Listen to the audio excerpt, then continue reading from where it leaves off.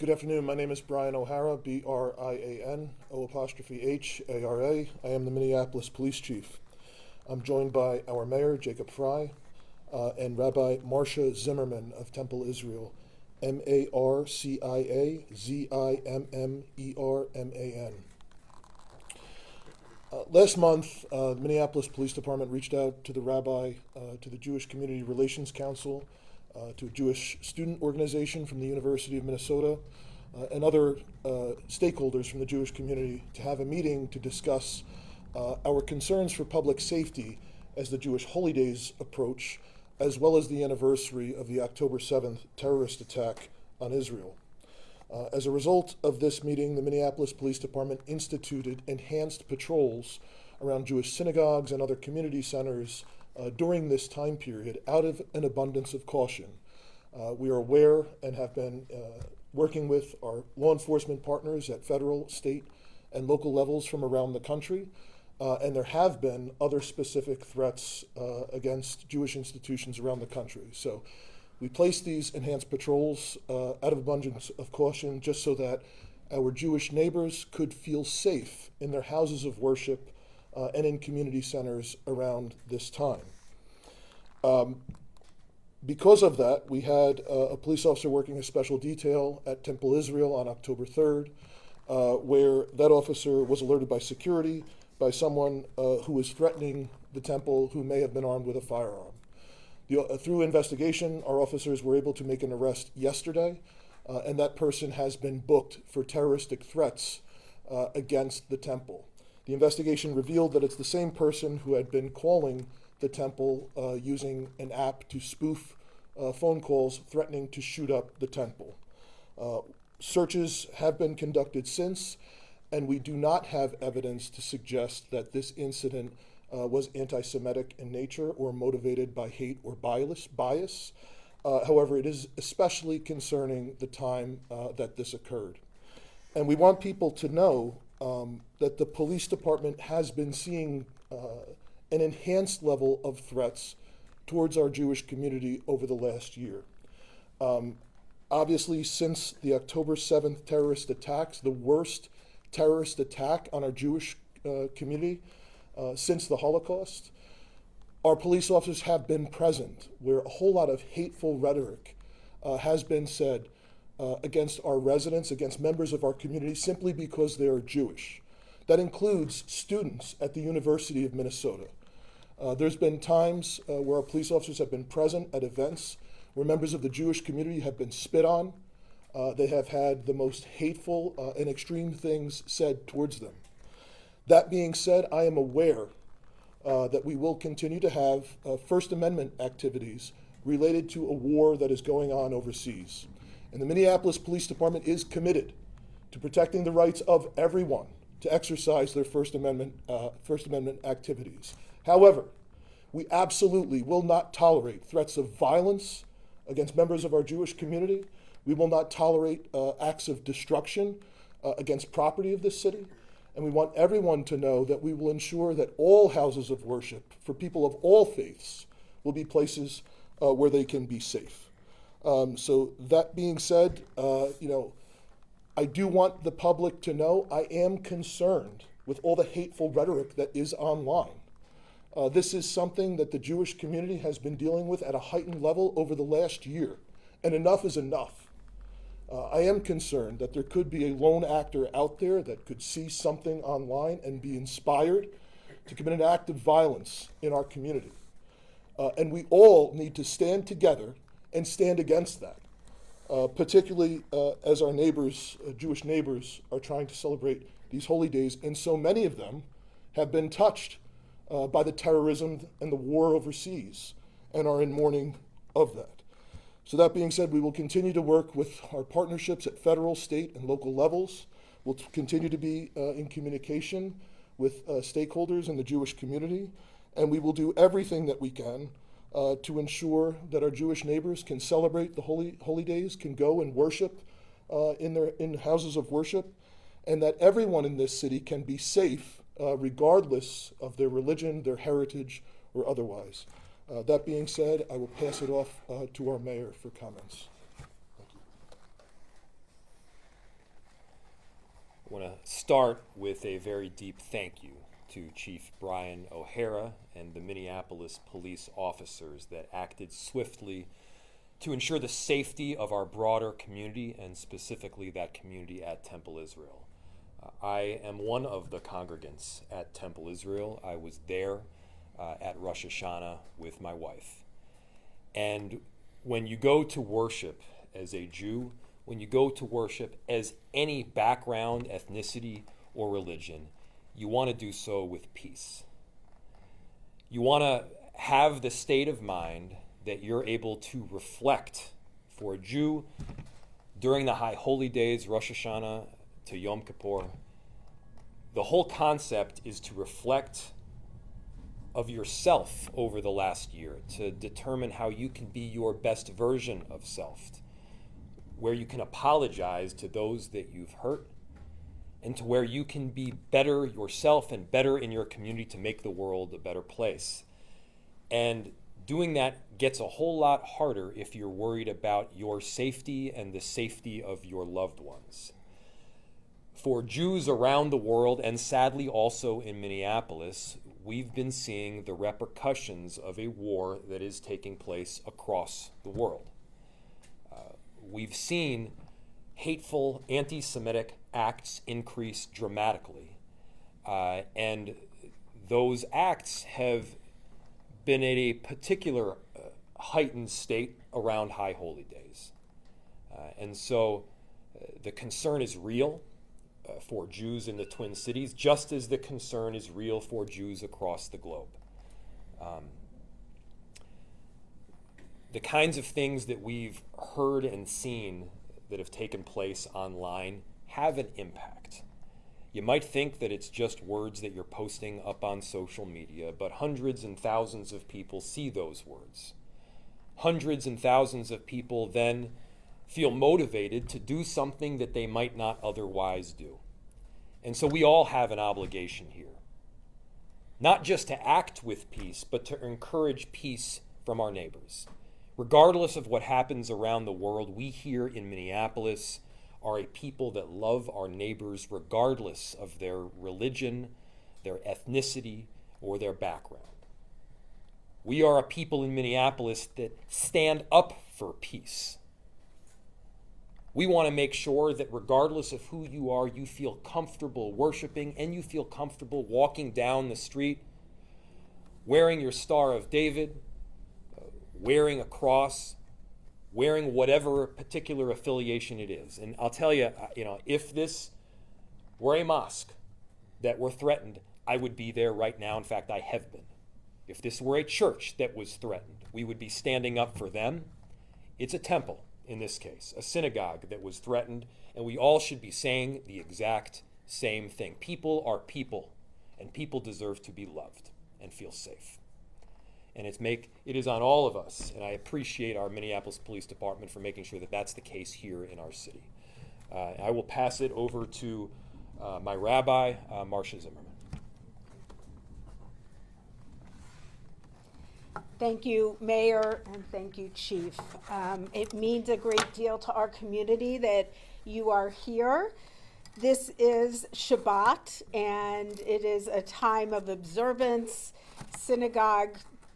We had synagogue services this morning with a bar mitzvah student feeling so proud of becoming an adult within the Jewish community, within the Jewish religion.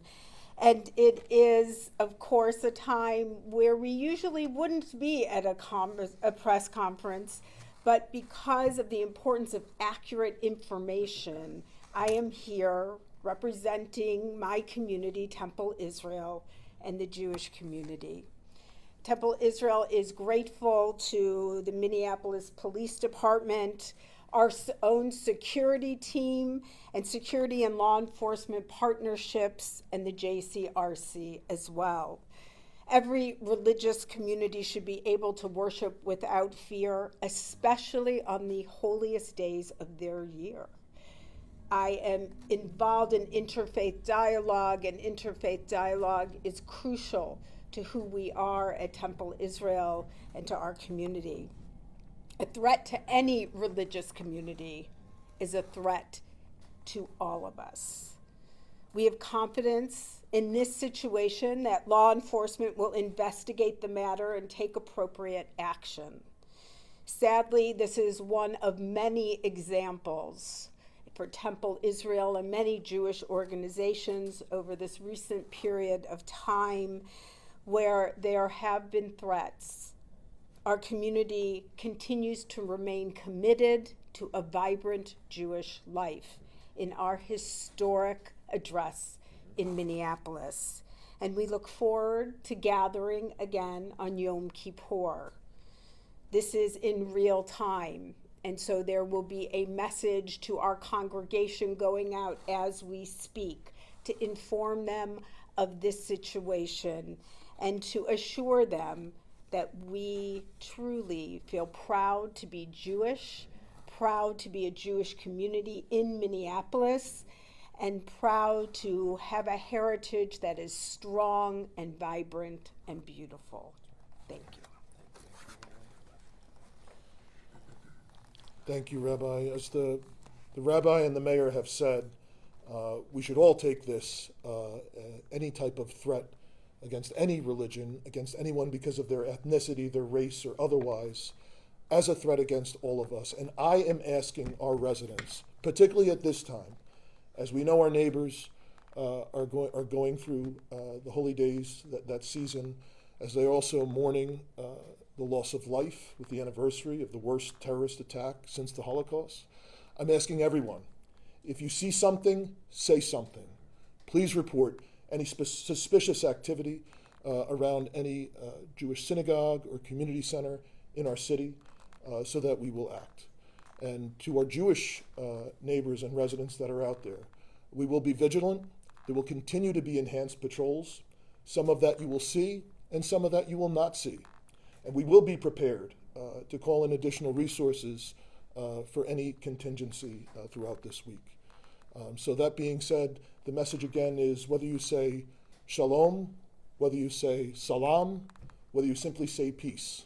That's what we want for all our communities in this city. And we'll open it up for any questions that you have. Chief, can you speak to the level of threats right now here? Can you talk about possible active threats that y'all are investigating at the moment?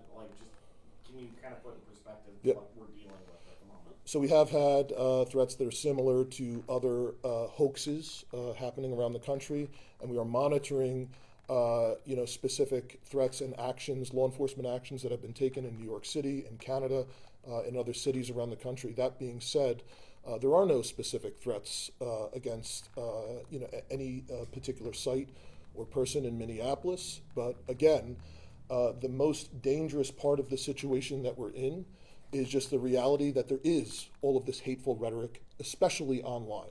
And the reality is our residents have been experiencing this harassment.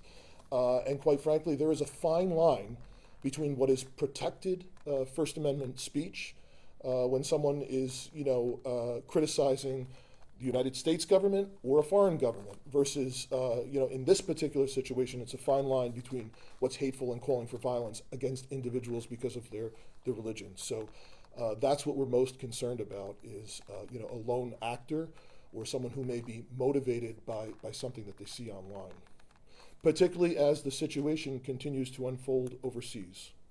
As far as patrols go, I'm assuming it's going to be more visibility out in front of Jewish sites here in the city? It is both more visibility, particularly around times where congregations are gathering and there are other activities at community centers, but it is also plainclothes operations that are happening.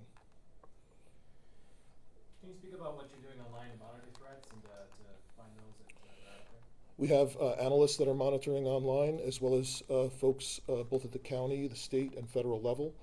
And we're in communication with law enforcement partners at all levels. Rabbi, you represent the Temple Israel congregation here. As the news kind of started getting around here, kind of what was the reaction here of your community? What's on their heart today here as they're processing all of this here? Thank you for asking. Really appreciate that. I think that accurate information is crucial at this moment, and it is something that has moved me to stand here today with the mayor and the chief so that my community can have that information, and that really there is a sense of a strong Jewish connection and pride to be the antidote to harassment in any way. That is the most important antidote that we have. Are you putting extra staffing on at Temple here to just, for folks to talk if they need to? We are offering in this letter that is going to the congregation, I am signing it, the congregational president also is signing it, and we are offering support and that they can turn to any of us. And the beauty of being part of my congregation is they don't hesitate to reach out, which I'm very proud of. Rabbi, your message to your congregants and the Jewish community that are fearful to be in community during these holy days. Exactly. It is to come together as a community, to be strong, to feel pride. Those are the things that harassment and really hate can't touch. And so we are there to be with each other. Thank you. The news release said that the security team saw a fireman, or a man with a firearm outside the temple. Did any congregants notice him? Could you share more about what that evening looked like? I can tell you that's what the victim in this case, the security guard, believed that they saw. We have not found video evidence or other evidence to substantiate that. We have conducted a search in this case. We did not recover a firearm. However, that remains something that's open. Is this an individual that MPD's had prior contact with? I don't know that, but we can get that for you. I'm not certain about that. And did he have concerning online activity, since you are bringing up? There's been nothing that's been found to suggest that this is related to anything anti-Semitic. Mr. Mayor, obviously, Minneapolis has had an ugly history when it comes to anti-Semitism here. Is this something that you thought we'd be still dealing with in 2024?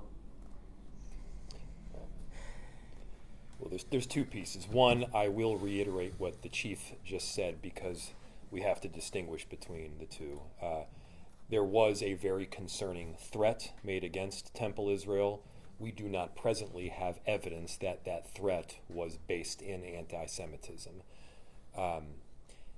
And over this last year, we have seen a massive increase in the amount of anti-Semitic statements, anti-Semitic behavior online, and yes, people carrying out anti-Semitic violence.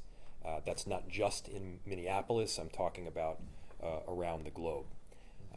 I have also seen, sadly and tragically, people who I would have called friends say things that very specifically target a specific ethnicity, and that ethnicity is Jews. It's not progressive, nor inclusive, to target any group of people for hate. It's ignorant. It's ignorant. And every one of us, regardless of your ideology or background, should be calling that out as problematic, as hateful, and as not having a place in our city. Again, that is the case whether we are talking about a Muslim community, a Christian community, or a Jewish community. It doesn't matter. In Minneapolis, we are inclusive and we welcome people. And yes, we have had an ugly history with regard to anti-Semitism. We've had an ugly history when it comes to racism. But it's a history that presently the vast majority of people in this city want to push back on.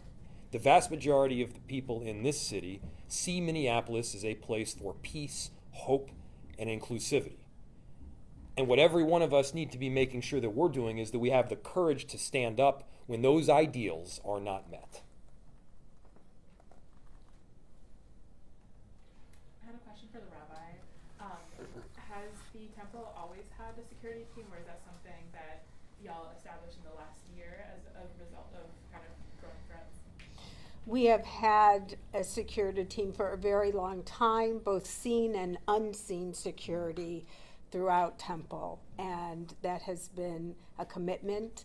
Our community has supported it, and we are forever grateful. So it has been much longer than just this year.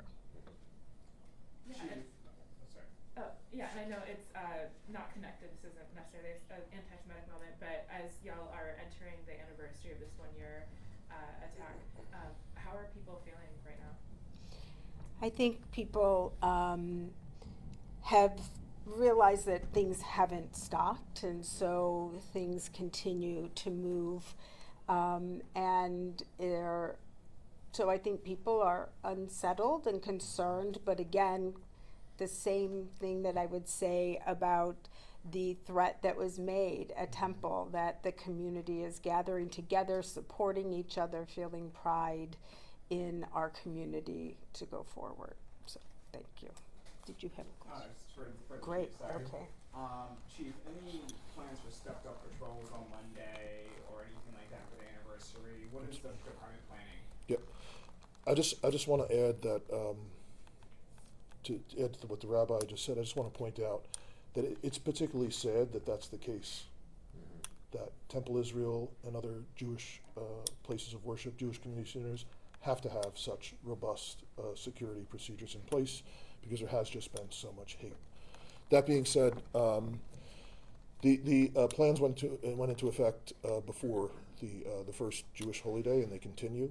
We have all members of the department will be on standby as far as having their uniforms readily available, and additional personnel will be on call just in the event that there is any type of disturbance or activity. But right now there is no specific threat, but we want to be prepared because we know there will be First Amendment demonstrations against the war happening at the same time that there's people mourning, the loss of life, as well as the Jewish holy days. So this is something that we are at a heightened level of awareness throughout the week until the Jewish holy days have concluded, but it's something that's not going to go away after this week.